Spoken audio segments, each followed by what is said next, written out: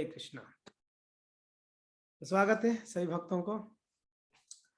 तो आज परम पवित्र दिवस है बहुला अष्टमी और साथ साथ में राधा कुंड का आविर्भाव दिवस। दो बहुत ही सुंदर उत्सव है। तो हम आज प्रयास करेंगे राधा कुंड का कुछ महिमा को चर्चा करेंगे और बहुला अष्टमी के बारे में भी थोड़ा सा चर्चा करने के प्रयास करेंगे जो भी समय रह गया। तो एक सुंदर श्लोक श्रील रूप गोस्वामी पाद उपदेशामृत में वर्णन किए हैं, उस श्लोक को हम सभी एक बार दोहराएंगे, उसके बाद हम अपना चर्चा प्रारंभ करेंगे। तो वैसे यहाँ पर हिंदी और अंग्रेजी दोनों में है, तो आप साथ साथ में बोलिएगा, है ना, मेरे साथ साथ ही बोलिए। वैकुंठ जनितो वरा मधुपुरी तत्रापि रासोत्सवात् वृंदारण्यमुदार पाणिरमणा तत्रापि गोवर्धनः राधा कुंडमिहापि गोकुलपते प्रेमामृता प्लावनात् कुर्यादस्य विराजतो गिरितटे सेवां विवेकिना कह। एक बार वापस बोलेंगे, ठीक है? सभी लोग मिलके सभी बोलिएगा, प्रयास करिए। सुंदर श्लोक है। वैकुंठ जनितो वरा मधुपुरी तत्रापि रासोत्सवात् बिंदारण्यमुदार पाणिरमणा तत्रापि गोवर्धनः राधा कुंडमिहापि गोकुलपते प्रेमामृता प्लावनात् कुर्यादस्य विराजतो गिरितटे सेवां विवेकिना कह। और एक बार लास्ट टाइम प्लीज साथ में बोलेंगे। वैकुंठ जनितो वरा मधुपुरी तत्रापि रासोत्सवात् वृंदारण्यमुदार पाणिरमणा तत्रापि गोवर्धनः राधा कुंडमिहापि गोकुलपते प्रेमामृता प्लावनात् कुर्यादस्य विराजतो गिरितटे सेवां विवेकी न कह।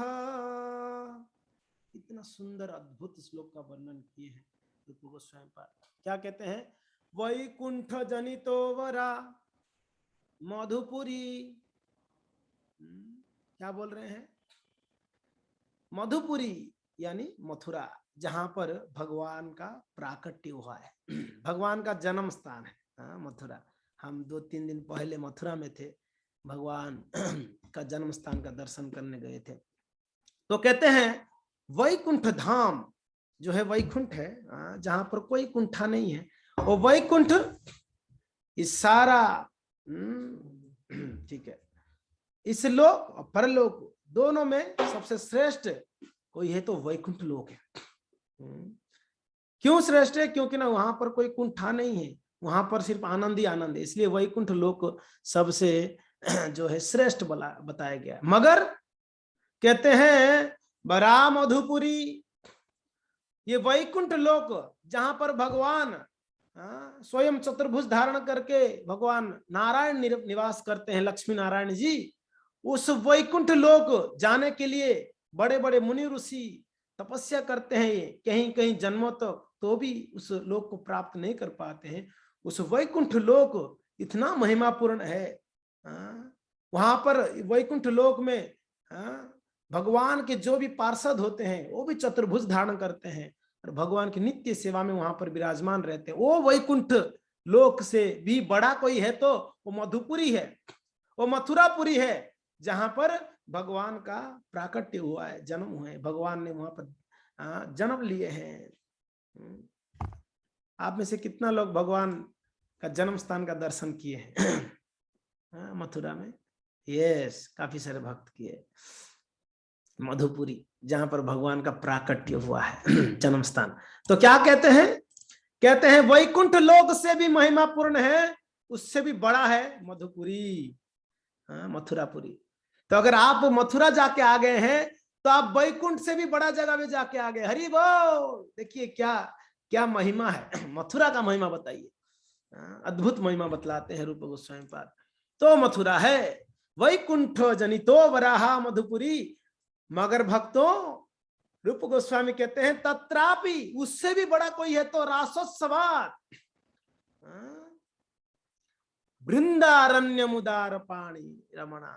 उस मधुपुरी, मथुरा से भी कोई बड़ा चीज है, वो है जहां पर भगवान ने रास लीला किए। रासोत्सवाद वृंदारण्य, जहां भगवान ने रास लीला किए हैं गोपियों के साथ।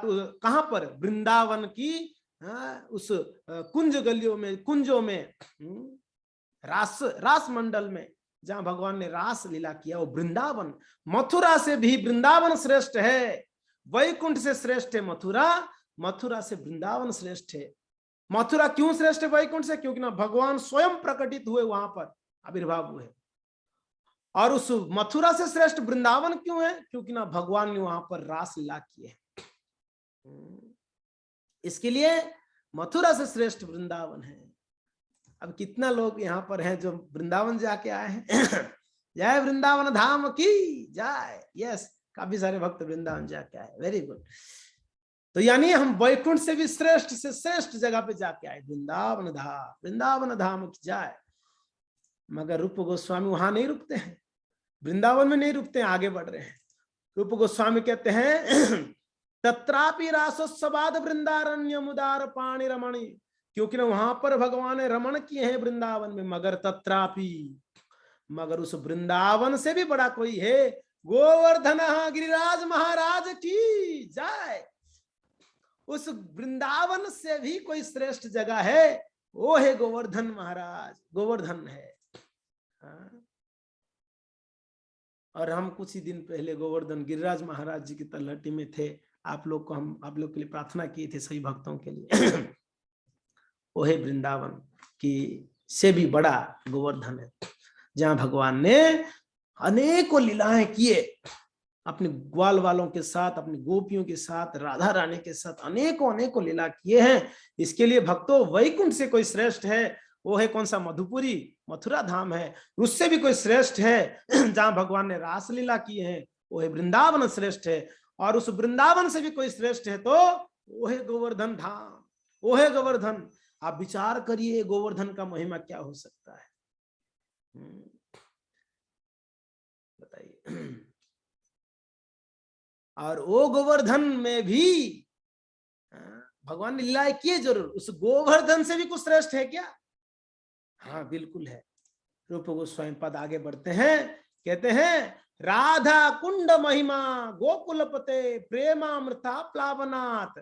उस गोवर्धन से भी श्रेष्ठ कोई है, उस गोवर्धन में ही, उस गोवर्धन की तलहटी में ही वो है राधा कुंड है। उस राधा कुंड क्या है?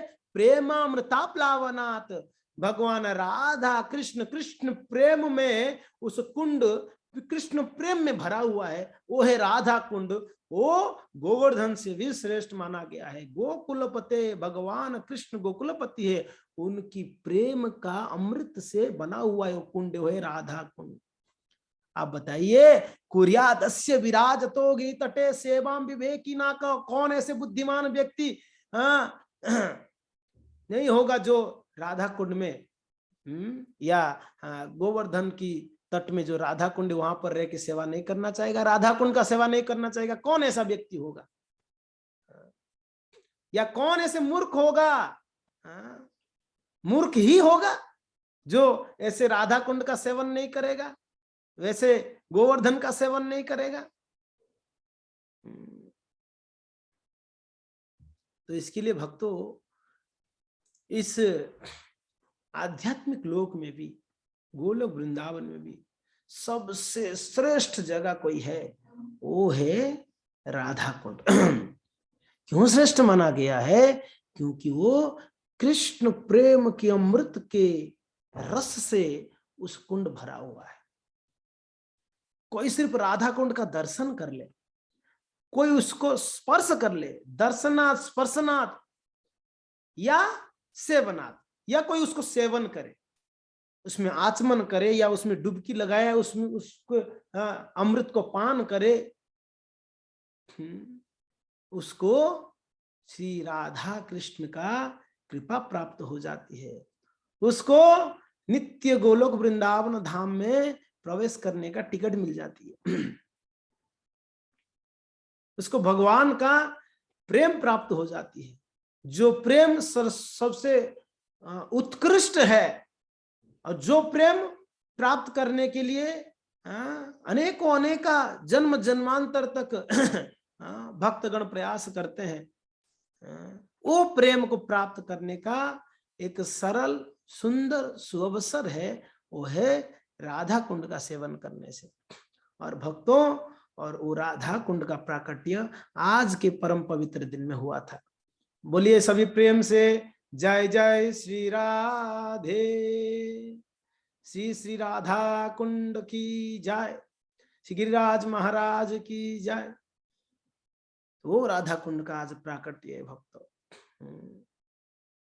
तो उसका हम थोड़ा सा श्रवण करेंगे कि राधा कुंड का प्राकट्य हुआ कैसे। तो कहते हैं श्रीमती राधा रानी जगत मोहन कृष्ण ताहार मोहिनी, और अतएव समस्तेरो परा ठाकुरानी। जो जगत मोहन है, कौन है? भगवान श्री हरि कृष्ण है। जगत मोहन, सबको मोहित करने वाले हैं, कृष्ण हैं। वो जगत मोहन जो कृष्ण है, उनको भी मोहित करने वाली वो है जगत मोहिनी। ताहार मोहिनी, जगत मोहन का भी मोहिनी वो है श्रीमती राधा रानी।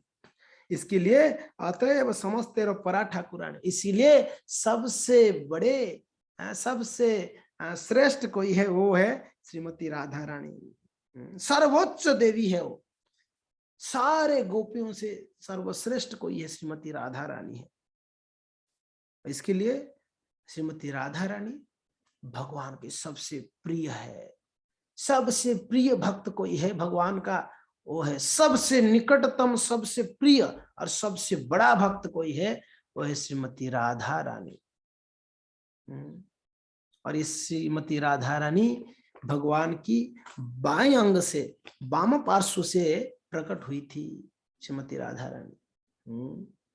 और राधा रानी का एक ही उद्देश्य है, श्री हरि भगवान कृष्ण का सेवा करके उनको प्रसन्न करना, उनको आह्लाद, उनको आनंद प्रदान करना श्रीमती राधा रानी का जो है कार्य है, काम है, उनका एक ही उद्देश्य है। और ये श्रीमती राधा रानी प्रिय है, इसके लिए उन राधा रानी के द्वारा जो निर्मित या जो बनाया हुआ कुंड है, वही राधा कुंड है। राधा रानी इतना प्रिय है, इसके लिए उस राधा कुंड भी भगवान को उतना ही प्रिय है जितना राधा रानी प्रिय है, उतना ही प्रिय है। तो एक बात की बात है, श्री भगवान और श्रीमती राधा रानी दोनों गोपियों के साथ मिलकर वहां पर नृत्य आदि कर रहे थे, रासलीला वर्णन आता है शास्त्रों में।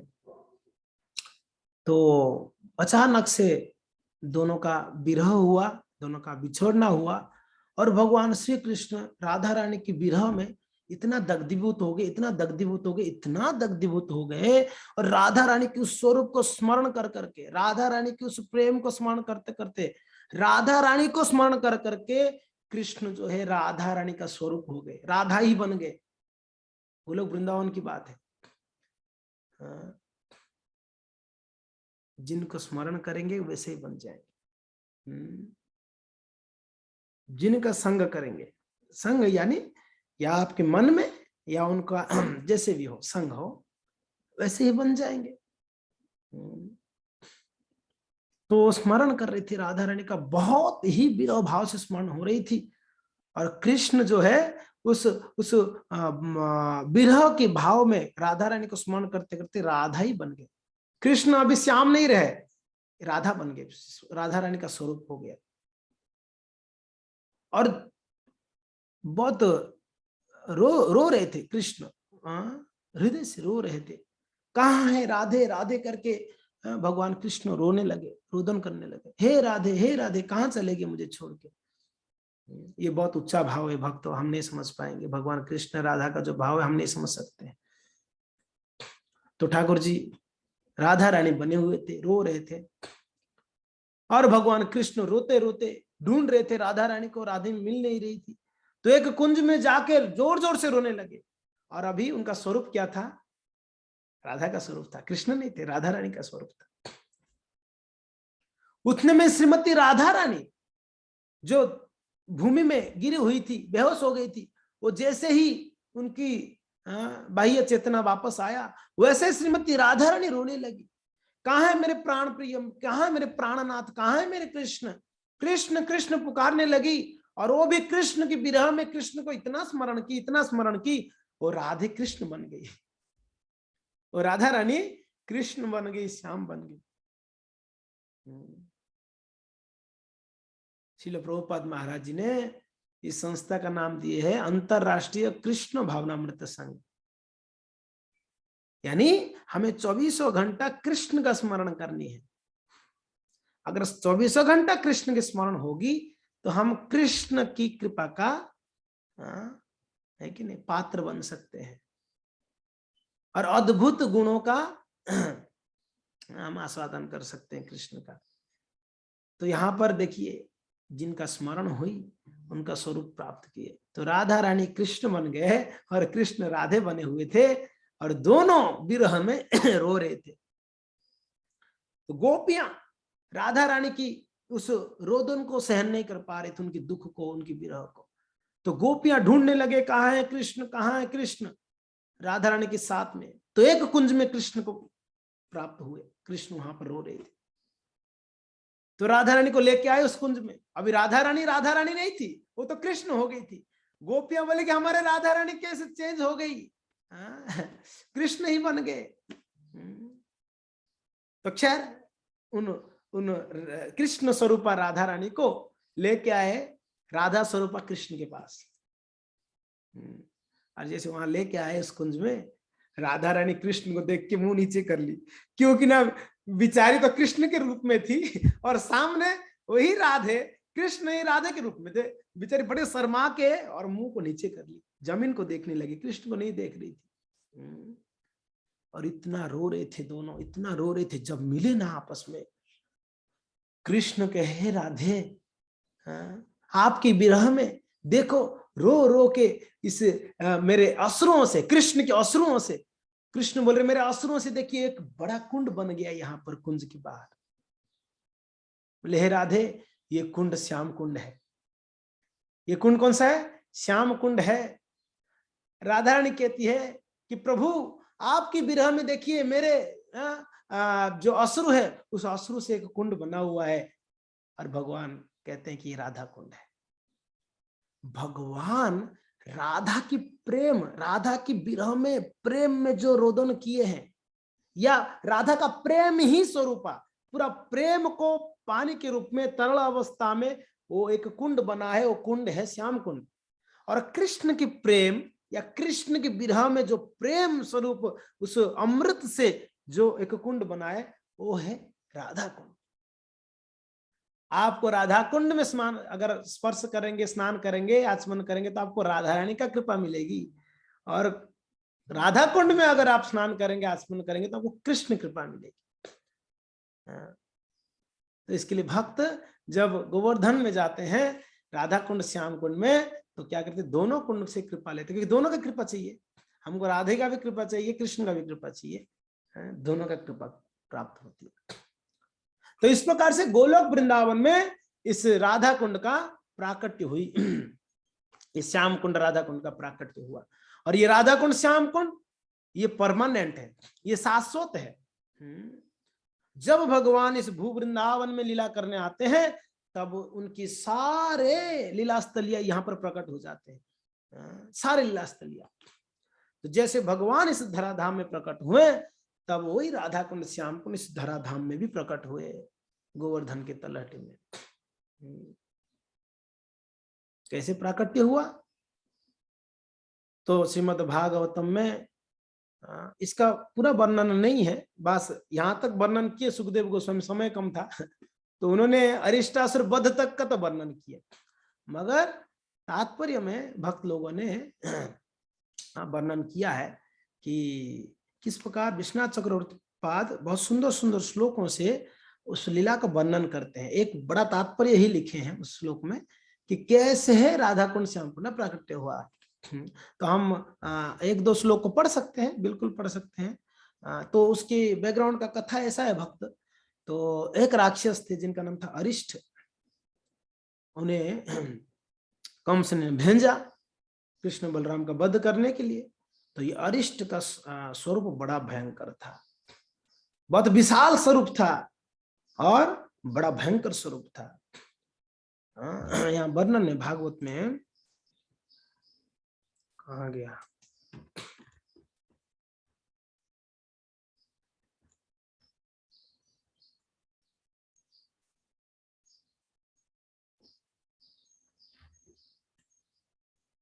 स्वरिष्ठासुर के बारे में वर्णन करते हैं। वो इतना भयंकर राक्षस था ना भक्तों, वो जब गर्जन करता था, कहते हैं जब वो गर्जन करता था, गाय और गर्भवती स्त्रियों का गर्भपात हो जाता था, इतना भयंकर गर्जन करता था। और कहते उसका सिंह इतना बड़ा था कि बादल सोचते थे कि ये कोई बड़े बड़े पर्वत है, दो बादल उसके सिंह के आसपास मंडराते थे बादल, इतना बड़ा राक्षस था। उस राक्षस जैसे ही वृंदावन में प्रवेश किया, वृंदावन वासी उस राक्षस को दूर से देख के भयभीत हो गए और त्राहिमम करते हुए कृष्ण को पुकारने लगे, कृष्ण कृष्ण रक्षा करिए, कृष्ण की ओर दौड़ने लगे। जब भगवान कृष्ण देखे कि ब्रजवासी गण भयभीत है, तो भगवान कृष्ण ने कमर कसा, बोले कि इसको अभी तो खत्म कर देंगे, कोई टेंशन की बात नहीं, ये ब्रजवासी ऐसा है। ब्रजवासी को पता था कभी कुछ संकट आता तुरंत कृष्ण के शरण में जाते। और कृष्ण भी गो ब्राह्मण्य हिताय च, भगवान कृष्ण गायों को और गोपालों को, ब्राह्मणों को रक्षा करने वाले हैं। तो ब्रजवासी गण उनके सबसे प्रिय भक्त हैं, तो इसलिए कृष्ण उनको हर पल उनको रक्षा करते हैं। जब उन्होंने सुना देखा, तो भगवान कृष्ण ने गोवर्धन के ऊपर चढ़े और देखे गोवर्धन के तलट में वो अरिष्ट से बड़ा भयंकर राक्षस गरजते हुए एकदम प्रहार कर रहा है, जमीन में खदेड़ रहा था, जमीन को खदेड़ रहा था। तो भगवान कृष्ण ने अरिष्टासुर को एक मुक्का जोर से कस के मारे, तो थोड़ा सा युद्ध हुआ और एक जोर से एक मुक्का मारे तो अरिष्टासुर ने जमीन में धड़ाम से गिरा, खून उगलते हुए अरिष्टासुर खत्म हो गया, मर गया। तो ये तो हो गया अरिष्टासुर का वध। इतने में कथा खत्म हुई नहीं, आगे वर्णन करते हैं। क्या कहते हैं, जब गोपियां देखे राधा रानी इत्यादि, तो बोले अरे अरे अरे, ये कृष्ण तो बड़ा पापी बन गया, गोवंश का वध किया इसने। किसका वध किया? गोवंश का वध किया। तो राधा रानी इत्यादि एक्चुअली भगवान ने वध करने के बाद गए और हमारे गोपाल भट्ट गोस्वामी वर्णन करते हैं कि जाके भगवान ने घर पे गए, नंद बाबा इत्यादि सबको मिले और रात को जब सोने के लिए गए, तो सोने के लिए अपने बेडरूम में गए, भगवान अपने कमरे में गए, मगर कमरे में नहीं थे, वहां से गायब हो गए वापस, उनको सोना नहीं था। वो वापस गोवर्धन में आ गए और आके उन्होंने उस कुंजों में गोवर्धन की वृक्षों के नीचे बैठकर बांसुरी बजाने लगे और बांसुरी के माध्यम से सारे गोपियों को बुलाए। और सारे गोपियां आए और गोपियों को पता चली गया था, खबर मिल गया था अरिष्ट को मारे हैं भगवान ने करके। तो जब भगवान ने उनको बुलाए बांसुरी की ध्वनि से, गोपियां आए और भगवान रास खेलना चाहते थे। गोपियां बोले कि हे कृष्ण दूर रहो, हमको नहीं सुना है, आप स्पर्श मत करो। कृष्ण बोले क्या हो गया आज आप लोगों को, हमेशा बड़ा प्रसन्न चित्त से हमारे साथ रास करते थे, आज क्यों नहीं कर रहे हैं? तो राधारानी कहती है, गोपियां कहते हैं कि अरे निर्लज कहीं का, रास खेलोगे हमारे साथ, पापी कहीं का। भगवान बोले पापी और मैं? बोले हाँ बिल्कुल आप पापी हैं, हम आपका स्पर्श भी नहीं करेंगे, दूर रहिए आप। आप लोग अगर वीडियो ऑन करेंगे तो और अच्छा रहेगा, सामने वाले जूम वाले भक्त वीडियो ऑन रखेंगे तो अच्छा रहेगा, सब लोग वीडियो ऑफ करके बैठे हैं। थैंक यू, धन्यवाद। हाँ जी थैंक यू। वीडियो ऑन रहता है थोड़ा मुझे बोलने के लिए साहस होता है, नहीं तो बोल नहीं पाता, मेरा थोड़ा सा गलत आदत हो गया है। तो भगवान को बोले आप स्पर्श ना करिए भगवान, हे प्रभु कृष्ण आप स्पर्श मत करिए, आप तो अभी पापी बन गए, हम पापी को नहीं छूना चाहते, पापी को छूने से भी पाप हो जाती है। कृष्ण बोले पापी कैसे हो गया? बोले आपने गोवंश का वध किया है, अरिष्ट का। बोले कि अरे गोपियां, आप लोग का मति मारी गई क्या? ये गोवंश कहाँ था? ये गोवंश मीन्स गाय के रूप में, बैल के रूप में, तो राक्षस था ना बड़ा, और इस राक्षस से सारे ब्रजवासी भयभीत थे। ब्रजवासियों को रक्षा करना मेरा कर्तव्य है, तो इसके लिए मैंने उनको रक्षा किया।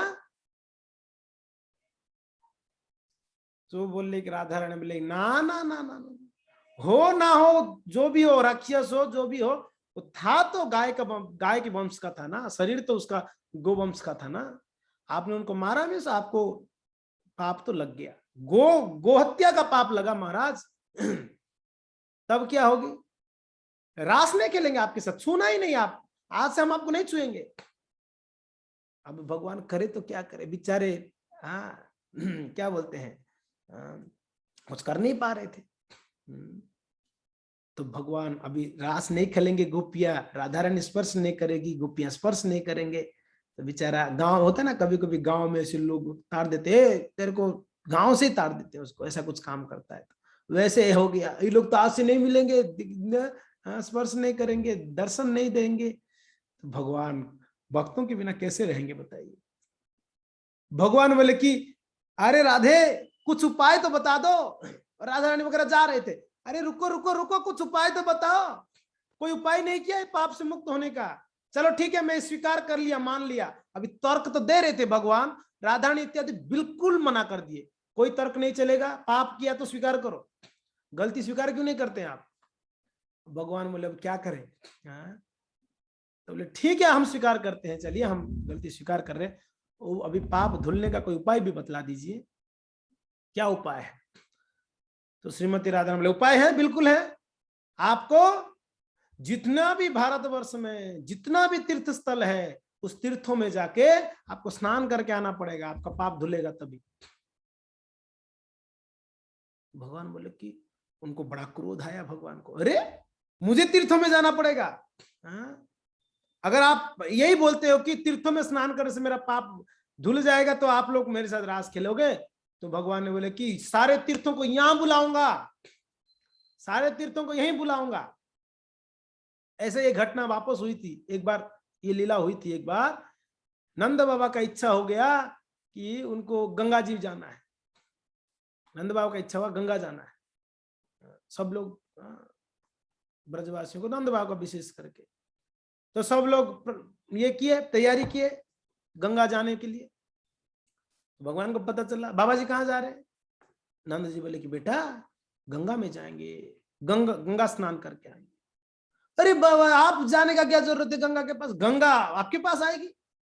नंद बाबा और बाकी जो भी गोप थे वहां पर हंसने लगे, अरे कृष्ण ये क्या बोल रहे हो, गंगा जी यहाँ थोड़ी आ सकती है, गंगा जी के पास जाना पड़ता है पवित्र होना है तो। आपको पवित्र होना है, गंगा जी के पास जाना पड़ेगा, वहां डुबकी लगाना पड़ेगा। भगवान ना ना ना इतना जरूरत नहीं है, गंगा जी यहीं आएंगे, चिंता मत करिए। और भगवान ने आह्वान की, गंगा जी पधारिए। भगवान अपने मन से ही गंगा जी को प्रकट करे, और वही गोवर्धन की तलहटी में आज आप भी जाएंगे तो वहां पर एक मानसी गंगा है, जो भगवान के मन से प्रकट हुई है, मानसी गंगा। आप गोवर्धन परिक्रमा प्रारंभ करेंगे तो कुसुम सरोवर के आगे जब जाएंगे तो आपको मानसी गंगा जी का दर्शन हो जाएगी, राइट हैंड साइड में बहुत सुंदर मानसी गंगा जी हैं।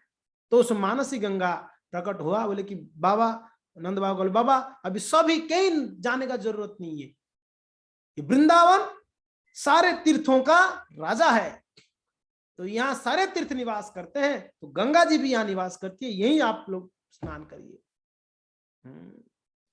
एक बार भगवान ने सारे तीर्थों का राजा, तीर्थराज, कौन है तीर्थराज? प्रयागराज को तीर्थराज घोषणा कर दी भगवान कृष्ण ने। बोले कि ये प्रयागराज जो है ये तीर्थराज है, सारे तीर्थों का राजा है। ठीक है, सभी तीर्थों को बोले ये तीर्थराज है, ठीक है? बोले ठीक है, एक्सेप्टेड। सिलेक्शन हुआ, इलेक्शन नहीं, इलेक्शन करते तो सब पता नहीं कौन जीतता, भगवान सिलेक्शन करे, बोले कि ये तीर्थराज होगा, सारे तीर्थों का राजा है प्रयागराज। आप लोग कितने लोग प्रयागराज गए हैं?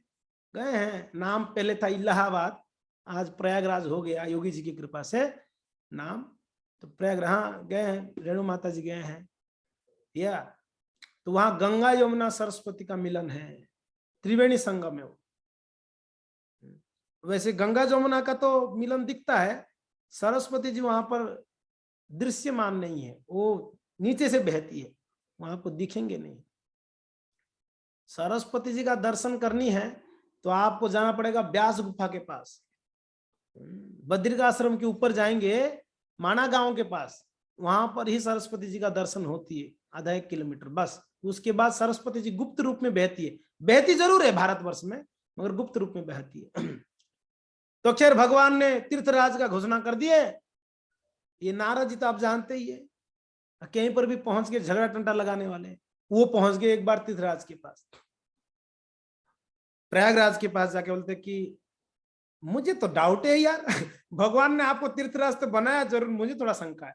बोले ऐसे क्यों बोल रहे नारद जी? ना ना मुझे तो थोड़ा शंका है। पक्का आप तीर्थराज हो? बोले हाँ तीर्थराज। तो बुलाओ सबको, आते हैं क्या सब?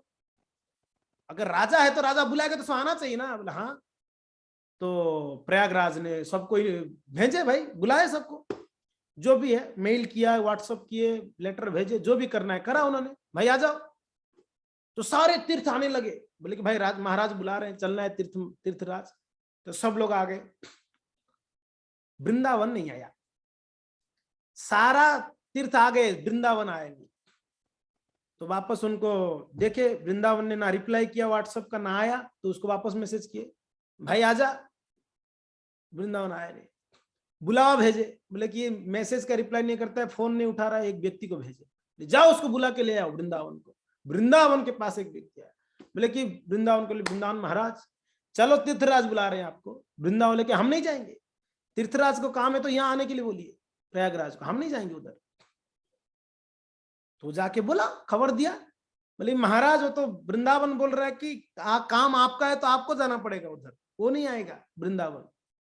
आया बड़ा गुस्सा। नारद जी बोलते मैं बोल रहा था ना, नहीं सुनेंगे तेरे बात कोई, देखा आया नहीं वृंदावन। तो बड़ा गुस्सा हुआ, कौन? प्रयागराज। तब क्या हुआ, वो गुस्से से आया वृंदावन, आके भगवान को प्रार्थना किए, भगवान के पास पहुंचे, बोले प्रभु। भगवान बोले क्या हो गया प्रयागराज जी? बोले प्रभु आपने मुझे तीर्थों का राजा बनाया, तीर्थराज, मगर ये वृंदावन देखिए ना बात नहीं सुनता है, उसको समझाइए ना मेरा बात सुने। बड़ा घमंड था उसको, मैं तीर्थराज, मेरे बात सुनना चाहिए। भगवान को बोल रहा है वृंदावन मेरा बात नहीं सुनता है। बोले क्यों, क्या हो गया? भगवान बोले क्या हो गया, मैं बुला रहा हूं नहीं आ रहा, कितने बार मैंने बुलावा भेजा, आ ही नहीं रहा। भगवान बोले कि यार एक गधे कहीं का, तेरे को तीर्थों का राजा बनाया कि मेरा घर का राजा बन बैठा है तू? ये वृंदावन मेरा घर है, तो इसका ही राजा बन बैठा है, मूर्ख कहीं का, गधे कहीं का। अब भगवान ने बोले कि चल गधे के रूप में रह मेरे धाम पे, तू वृंदावन के प्रति अपराध किया है, धाम के प्रति, इसके लिए तू उस धाम में वृंदावन में गधे के रूप में रहेगा, और जब ये वृंदावन के रज में लोटपोट करेगा तब तेरा उद्धार होगा, नहीं तो ये अपराध से उद्धार नहीं होगा।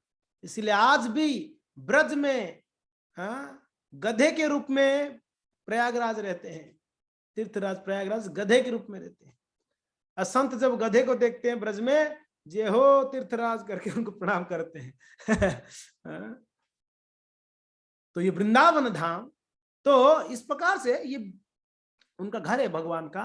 तो मानसी गंगा भगवान की मन से प्रकट हुई, मानसी गंगा, वैसे ही तो राधा रानी इत्यादि बोले कि भाई आपको तीर्थों में जाके स्नान करके आना पड़ेगा, पवित्र होना है। तो भगवान ने बोले कि हम बुलाएंगे यहाँ पर सारे तीर्थों को, हम बुलाएंगे। तो भगवान ने क्या किया, एक एक तीर्थों को आह्वान किए, अरे सारे तीर्थों जल्दी आइए। और भगवान क्या किए, थोड़ा सा क्रोध में थे, अपनी जो एड़ी होता है ना, पैर की, पांव की जो एड़ी होता है, उस एड़ी से जोर से प्रहार किए, बाएं एड़ी से ऐसे प्रहार किए, तो वो एकदम खड्डा हो गया, उधर बहुत बड़ा एक खड्डा हुआ, और उस खड्डा में सारे पवित्र तीर्थों को बुलाए भगवान, सारे पवित्र तीर्थ आके वहां पर उस कुंड में प्रवेश किए।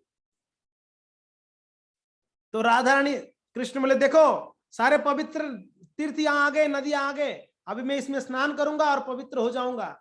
राधा रानी इत्यादि बोले, बाकी सखियां झूठ मत बोल कृष्णा, तू बड़ा झूठा है। कहाँ है पवित्र नदी? कहाँ है पवित्र तीर्थ स्थल? कहीं पानी लाके भर दिया, बोलता है कि पवित्र नदी आ गया। हम नहीं मानते हैं। ये व्यंग हो रहा था, राधा रानी इत्यादि व्यंग कर रहे थे। तो बेचारे कृष्ण बोले कि यार ये लोग तो अब विश्वास ही नहीं कर रहे मेरे ऊपर, क्योंकि ना कृष्ण का नाम ऐसे ही खराब था ब्रज में। वो कुछ भी बोलते, कोई नहीं विश्वास करता, क्योंकि ना वो बोलते कुछ और करते कुछ। भगवान वहां पर झूठा साबित हो चुके थे पहले से ही, तो उनकी बातों में दम नहीं था। तो राधा रानी इत्यादि बोला तो झूठा है। तो माखन चोरी करता, मना करता, मिट्टी खाया तब भी मना किया। तो कब झूठ सच बोलते हैं आप? आपको बात कैसे मान लेंगे कि यहाँ सारा तीर्थ आ गए करके? भगवान सारे तीर्थों को बोले भैया अरे सब लोग इनको कंफर्मेशन तो दो भाई, आप लोग आ गए करके, नहीं तो मान नहीं रहे ब्रज गोपियां। तो सारे तीर्थ एक एक तीर्थ अपना नाम बोल बोल कर, एक बोल रहा है कि मैं यमुना हूं, मैं गंगा हूं, और मैं कावेरी हूं, मैं गोदावरी हूं, इतने मैं तीर्थराज हूं, इत्यादि इत्यादि नाम लेते हुए सारे पवित्र नदियां क्या हुए, एक एक एक एक करके उस प्रणाम करते हुए उस सरोवर में प्रवेश किए, उस कुंड में। तब राधा रानी को विश्वास हुआ, ठीक है हम अभी मानते हैं। तो कृष्ण क्या किए, उस सरोवर में यानी उस कुंड में, भगवान बोले ये कुंड श्याम कुंड है, और उसमें भगवान प्रवेश करके डुबकी लगाए। डुबकी लगा के बाहर आए, बड़ा अहंकार से बाहर आए, मैं अभी पाप से मुक्त हूं, अभी मेरे पास कोई पाप नहीं है, सारा पाप धुल गया है, सारे पवित्र नदियों में स्नान कर लिया। तो भगवान बड़ा अहंकार से बाहर आ रहे थे।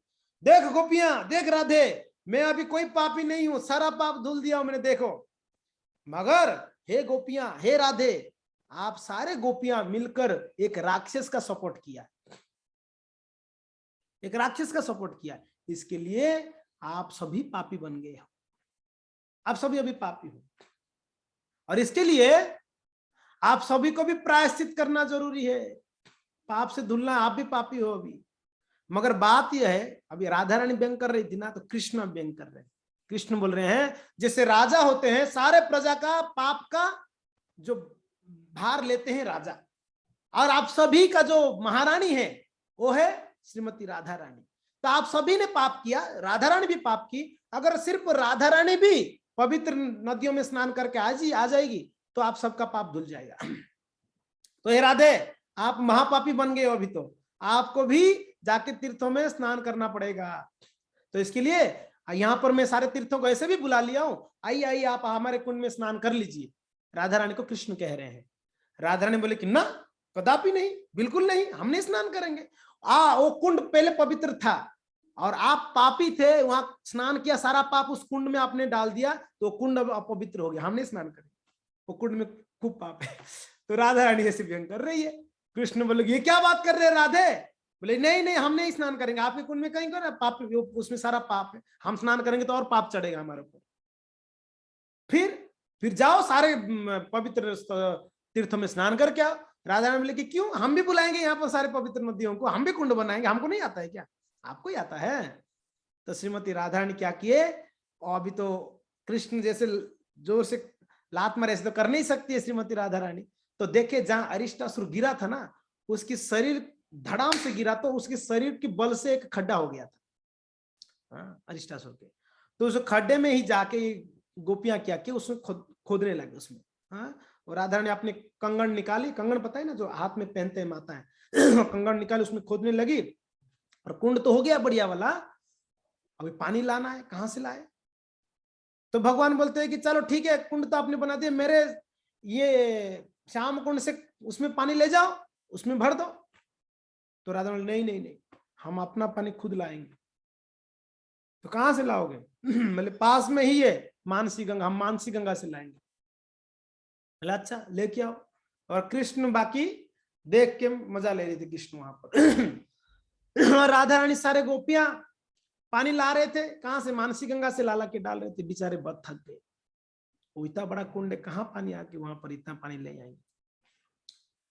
तो बेचारे लोग थक गए। कृष्ण देख रहे राधा रानी के चेहरे को, बेचारे बहुत थके हैं। तो कृष्ण बोले हे राधे, आप चिंता मत करिए, आप ठीक है हमारे कुंड में स्नान नहीं करना चाहते, पानी नहीं लेना चाहते, कोई बात नहीं, सारे तीर्थों को हम कहते हैं कि आपके कुंड में प्रवेश करेंगे। तो सारे तीर्थों को भगवान बोले, हे सारे तीर्थ जाइए, राधा रानी की कृपा लेके आइए।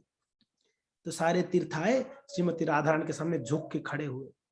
सारे तीर्थ, इस संसार में जितने तीर्थ सब वहां पर थे, और सभी हाथ जोड़ के राधा रानी के सामने नतमस्तक होके खड़े और बोल रहे, हे राधे प्लीज हमें स्वीकार करिए। राधा बोले, नहीं हम आपको नहीं स्वीकार करेंगे। सभी लोग निवेदन कर रहे हैं कि हमारा कल्याण तो इसी से होगा, हे राधे अगर आप स्वीकार कर लेंगे तो आपकी कृपा हो जाएगी, तो हम सब धन्य हो जाएंगे। सारे तीर्थ कह रहे हैं राधा रानी को। तो थोड़ी देर में राधा रानी कृष्ण को और देख रही है, और कृष्ण थोड़ा सा मुंह सुखा के ही थे। राधा रानी इतना ढीठ है, इतना जिद्दी है, स्वीकार ही नहीं कर रही है। कृष्ण को देखे, कृष्ण को अभी कैसे प्रसन्न करूं, राधा रानी उनको खुश करना है। तो राधा रानी बोले, ठीक है चलो हम स्वीकारते हैं, चलिए आप हमारे कुंड में आ जाइए। तो सारे जो पवित्र तीर्थ थे वो सभी राधा रानी के कुंड में प्रवेश किए, और उस कुंड में जल भर गया, और उस कुंड का नाम कृष्ण बोले कि हे राधे ये कुंड राधा कुंड होगा, और जितना आप मुझे प्रिय हो उतना ही ये कुंड मेरा प्रिय रहेगा। और दूसरा, राधा कृष्ण कहे, हे राधे कोई भी इस कुंड का सेवा करेंगे, राधा कुंड का, तो मैं असीम मात्रा में कृपा करूंगा, असीम मात्रा में प्रेम दूंगा। कृष्ण ने वहां पर राधा रानी के सामने कहा है, जो राधा कुंड का स्मरण करेगा, जो राधा कुंड का दर्शन करेगा, जो राधा कुंड का जल को पान करेगा, जो राधा कुंड में डुबकी लगाएगा, आचमन करेगा, उन सभी को मैं मेरा प्रेम प्रदान करूंगा। कृष्ण ने वचन दिया। राधा ने कहा कि हे भगवान ये आपका श्याम कुंड बहुत सुंदर है, और जो भी भक्त ये श्याम कुंड का सेवा करेंगे उसे मैं बहुत कृपा करूंगी। राधा ने वहां पर कृष्ण को कहे, और राधा रानी कहे, प्रभु मैं रोज मेरे सहेलियों के साथ में, मेरे सखियों के साथ में आऊंगी, और आपकी कुंड बहुत सुंदर, उसमें मैं रोज स्नान करूंगी। कृष्ण बोले कि हे राधे मैं और मेरे सखा भी आएंगे रोज आके, ये राधा कुंड बहुत सुंदर, उसमें स्नान करेंगे। तो इस प्रकार से कृष्ण और राधा का वहां पर वार्तालाप हुआ। राधा कृष्ण दोनों मिले, वापस वहां रासलीला हुई रात को, और इस प्रकार से राधा कुंड श्याम कुंड का वहां पर आज के दिन प्राकट्य हुआ। राधा कुंड यानी कृष्ण प्रेम से भरा हुआ है, श्याम कुंड यानी राधा प्रेम से भरा हुआ है। तो ये राधा कुंड और श्याम कुंड है। तो इस प्रकार से ये भूलोक में राधा कुंड श्याम कुंड का प्राकट्य हुआ। दूसरा, अभी भगवान श्री कृष्ण अपनी लीला को समाप्त कर जब द्वापर के अंत में भगवान अपने नित्य धाम में प्रवेश किए चले गए, उसके बाद क्या हुआ, ये दोनों कुंड धीरे धीरे काल के अनुसार उन लुप्त होने लगे, बिल्कुल लुप्त हो गए, जैसे जैसे कलयुग आ गया है द्वापर के बाद। तो वापस भगवान के पोपौत्र, उनके पुत्र के पुत्र पोपौत्र वज्रनाभ महाराज जब वृंदावन में आए, तब युधिष्ठिर महाराज जी ने उस समय क्या किए, वज्रनाभ को उस मथुरा मंडल का राजा बना दिए, और उनको आदेश मिला कि आप जो भी कृष्ण की लीला स्थलियां हैं उसको पुनर्स्थापना करो, पुनरुद्धार करो। तो वज्रनाभ ने वृंदावन में जितने भी भगवान की लीला स्थलियां थे उसको पुनरुद्धार किया। जैसे राधा गोविंद देव का उन्होंने वापस स्थापना किया, राधा गोपीनाथ का स्थापना किए, हरिदेव का स्थापना किए, राधा मदन मोहन का स्थापना किए, गोपीनाथ जी का स्थापना किए, इत्यादि इत्यादि जगहों का स्थापना किए। और ये राधा कुंड श्याम कुंड का भी क्या किया, उन्होंने पुनर्प्रतिष्ठा की, वज्रनाभ ने पुनर्प्रतिष्ठा की।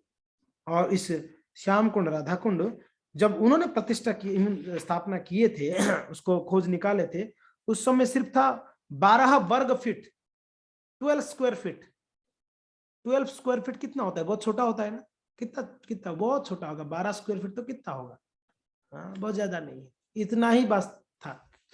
जब रघुनाथ दास गोस्वामी भगवान श्री चैतन्य महाप्रभु के आदेश से वृंदावन में आए, तो रूप सनातन की आदेश से उन्होंने क्या किया, उस राधा कुंड की तट पे बैठ के भजन करने लगे।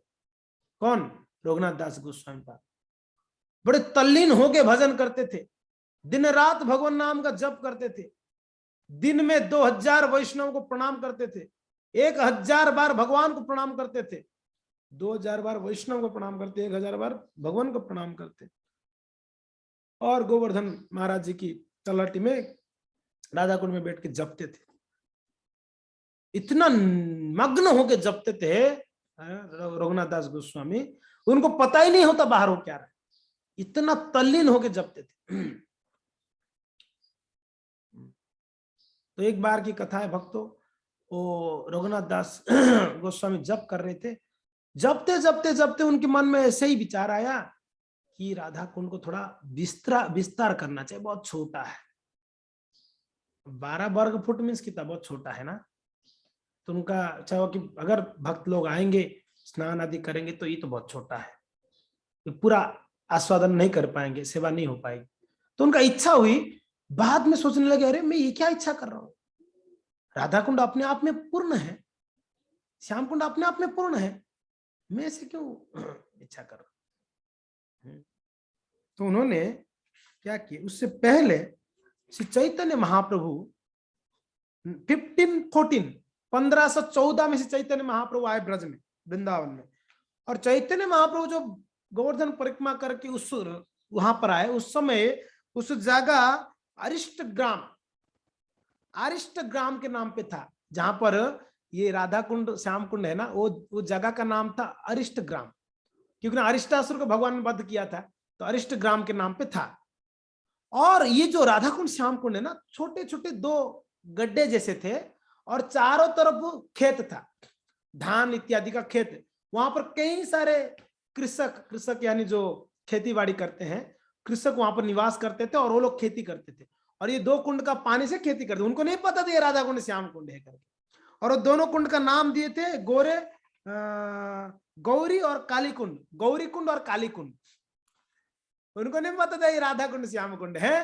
वो जो वहां पर रहते थे लोग उस गांव में, अरिष्ट ग्राम में, और वो लोग उनको गौरी कुंड और काली कुंड के नाम पे वो प्रसिद्ध था। उस जगह पे छोटे छोटे कुंड, और चारों तरफ खेत था, और जंगल बिल्कुल था, और आसपास में जंगलों में बाघ, शेर इत्यादि बहुत भयंकर था। हाँ, काली खेत, गोरी खेत। तो श्रीमान महाप्रभु जब वहां पर पहुंचे, तो उस जगह पे पहुंचे परिक्रमा कर कर, तो वहां पहुंचते ही महाप्रभु को एकदम अश्वसात्विक विकार प्रकट होने लगा, भाव विभोर होने लगे। उस कुंड में स्नान जैसे ही किए राधा कुंड में, वैसे ही महाप्रभु ने उदंड कीर्तन करने लगे, जोर जोर से कृष्ण का नाम लेते हुए। और उनको देखकर उस जो कृषक लोग वहां पर थे बोले कि हो ना हो ये सन्यासी कोई साधारण नहीं, ये भगवान ही हो सकता है। उनको देख के ही में जो उनके प्रति आकर्षण बढ़ रहा है, ब्रजवासी कौन कह रहे हैं। और बाद में महाप्रभु ने उसको चिन्हित किया कि ये राधा कुंड और श्याम कुंड है। तब तक कोई पता ही नहीं था कि वो राधा कुंड श्याम कुंड है, महाप्रभु ने उसको चिन्हित किया। और बाद में ये रघुनाथ दास गोस्वामी, जब उनके मन में सिर्फ थोड़ा सा थॉट आया कि ये कुंड थोड़ा बड़ा हो तो अच्छा होता, थोड़ा बड़ा कर लेते, बाद में अरे मैं क्या सोच रहा हूं, ये कौन सा वासना आ गई मेरे मन में कि राधा कुंड श्याम कुंड को बड़ा करने का। वो तुरंत उनको भूले, क्या मेरे मन में आ रहा है, फिर जपने लगे वापस तल्लीन होकर। मगर भक्तों, जब शुद्ध भक्त को इच्छा करते, भगवान उसको पूरा करते। उसके कुछ दिनों के बाद एक बड़ा सेठ, वो दिल्ली से वो गया था बद्रिकाश्रम, बहुत बड़ा धन राशि लेके कि बद्रिकाश्रम में जाके वहां पर दान देगा करके। जो बद्रिकाश्रम पहुंचा, उस समय तो कोई गाड़ी घोड़ा नहीं होता, चलते चलते चलते पहुंचा।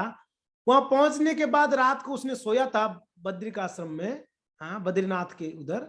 तो बद्री विशाल महाराज यानी बद्रीनाथ महाराज, बद्रीनाथ भगवान बद्रीनाथ उनके सपने में आके कहते हैं, ये धन मुझे मत देना, ये जाओ गोवर्धन की तलहटी में एक महात्मा जी बैठ के जपते होंगे, उनका नाम रघुनाथ दास है, उनको ये धन दे देना, और उनको बोलना कि राधा कुंड श्याम कुंड को बड़ा कर दे।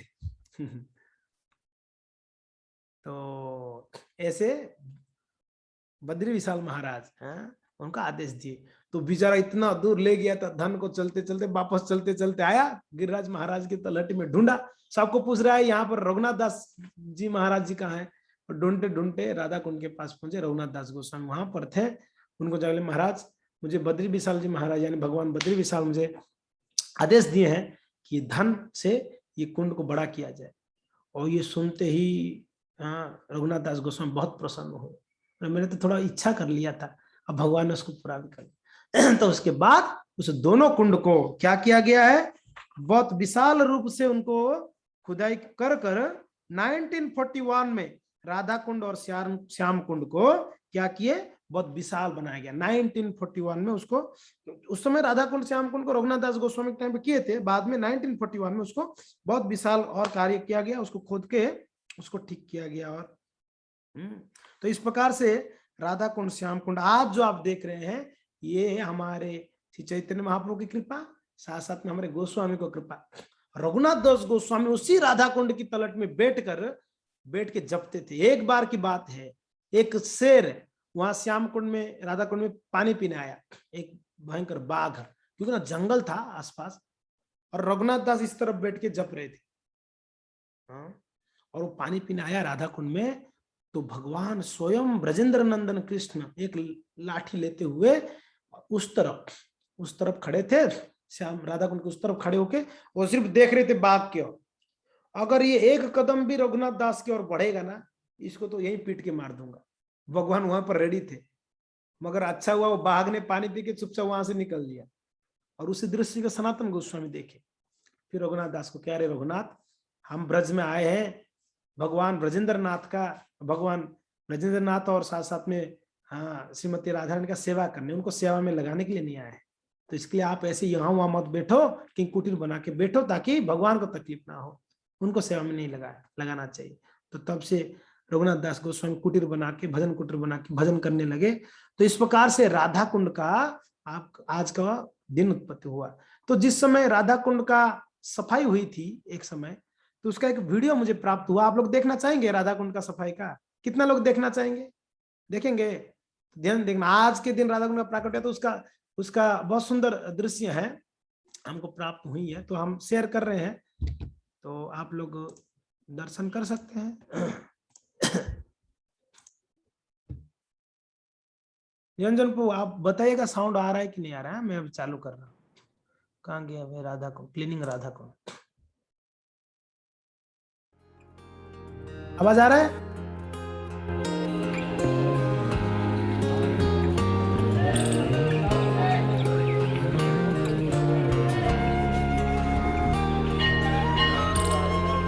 बोलो श्री श्री राधा कुंड की जय, श्री श्याम कुंड की जय।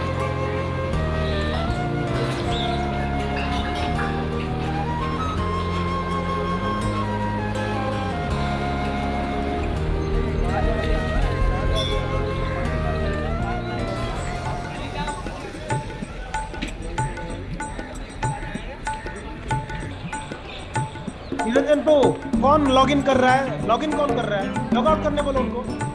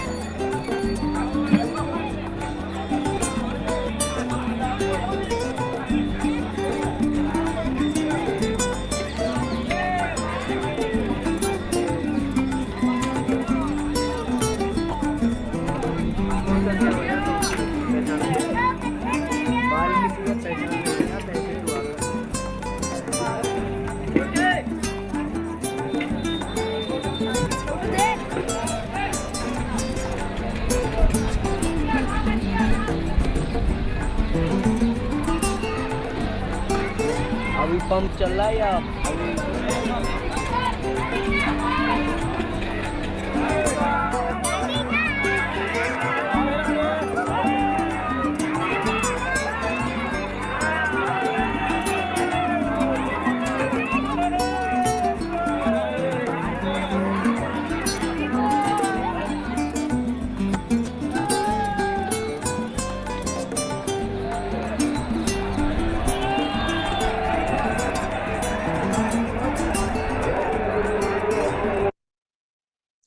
यहाँ बीच में जो कुंड देख रहे हैं ना आप लोग, ये जगह कंगन कुंड है। राधा रानी ने अपने कंगन से खोदी थी, यही कंगन कुंड है ना।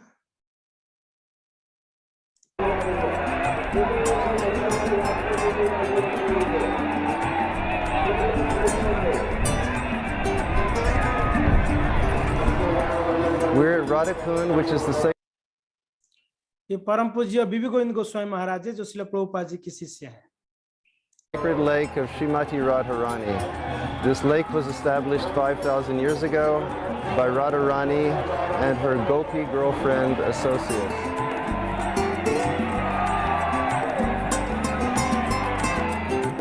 The last time this lake was cleaned was 20 years ago, and this year it has become a big celebration for all of the people of Vrindavan. The lake has been drained, and daily hundreds and hundreds of people come. They carry buckets of mud from the bottom of the lake, and we're observing the Kanchan Kund, which is the original lake that was formed by Radharani at the very bottom of the present Radha Kund.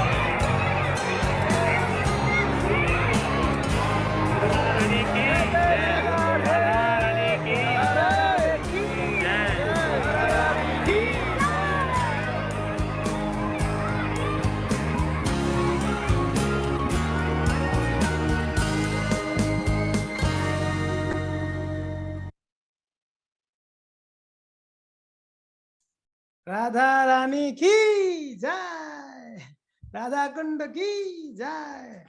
है ना, बहुत अद्भुत दर्शन राधा कुंड का। तो ये राधा कुंड का आज आप स्मरण कर सकते हैं हम सब, ये राधा कुंड और राधा रानी का, कि हमें भी कृष्ण प्रेम प्रदान करे, है कि नहीं।